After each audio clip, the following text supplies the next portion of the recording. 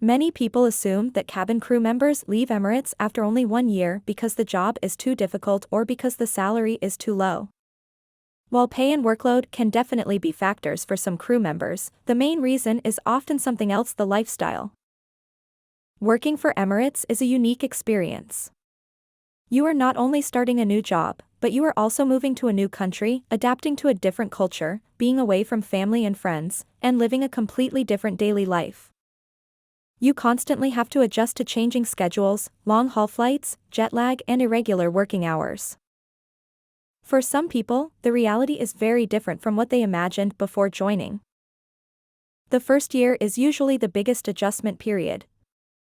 New crew members have to learn new safety procedures, adapt to a new work culture, take on new responsibilities, and learn how to handle being far away from home. Some people simply realize that this lifestyle does not suit them.